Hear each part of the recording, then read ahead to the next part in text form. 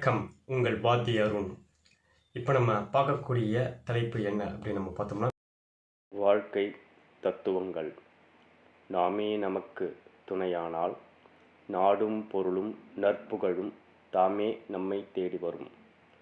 சற்றும் இதற்கோர் ஐயம் உண்டோ?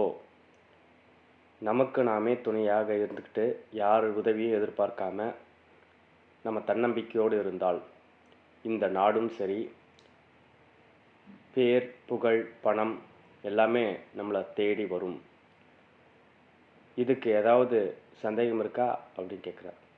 நெஞ்சில் கருணை நிறைந்தவர்க்கு, நேயம் கொண்ட நெறியோர்க்கு, விஞ்சும் பொறுமை உடையவர்க்கு வெல்லும் படைகள் வேறு உளவோ. அதாவது நெஞ்சில் கருணை எண்ணம் இருக்கக்கூடியவர்களுக்கும் மனித நேயம் நேசிக்கக்கூடிய குணமும் உடையவர்களுக்கும் அதிகமான பொறுமை இருக்கக்கூடியவர்களுக்கும் எந்த படைகளும் வெல்ல முடியாத ஆற்றல் உடையவனாக இருப்பான். அதனால் இந்த குணங்கள் இருக்கக்கூடியவங்களுக்கு எந்த பகையும் வெற்றி கொள்ள முடியாது. உள்ளந்தேறிச் செய்வினையால் ஊக்கம் பெருக உழைப்போமேல் பள்ளம் உயர்மேடு ஆகாதோ, பாறை பொடி பொடியாய் போகாதோ.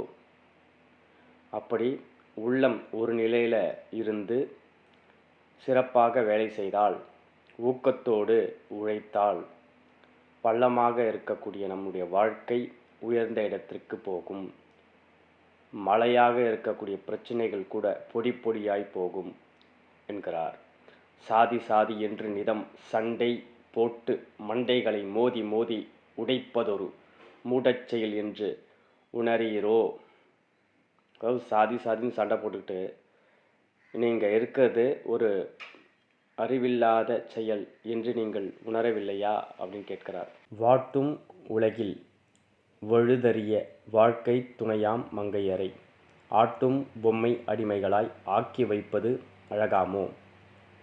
இந்த கொடுமையான உலகத்தில் வாழ்க்கை துணையாக வரக்கூடிய பெண்களை, மனைவியை தன்னுடைய சொல்லுக்கு ஆடக்கூடிய பொம்மைகளாக ஆக்கி வைப்பது நல்லதா?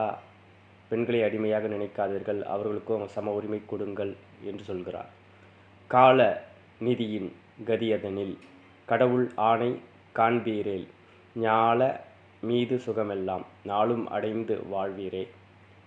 இந்த காலம் அப்படின்னு சொல்லக்கூடிய இந்த நதியில்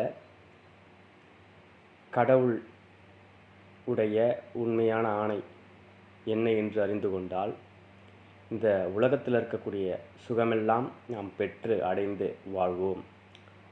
மனிதனை மனிதன் துன்புறுத்தாமல் தன்னம்பிக்கையோடு ஊக்கத்தோடு சமூக மூடப்பழக்க வழக்கங்களை தூக்கி போட்டுவிட்டு தன்னுடைய வாழ்க்கை துணையை சமமாக மதித்தால் இறைவன் நமக்கு எல்லா நலன்களும் கொடுப்பார் என்று சொல்லுகிறார் கவிமணி தேசிக விநாயகம் பிள்ளை.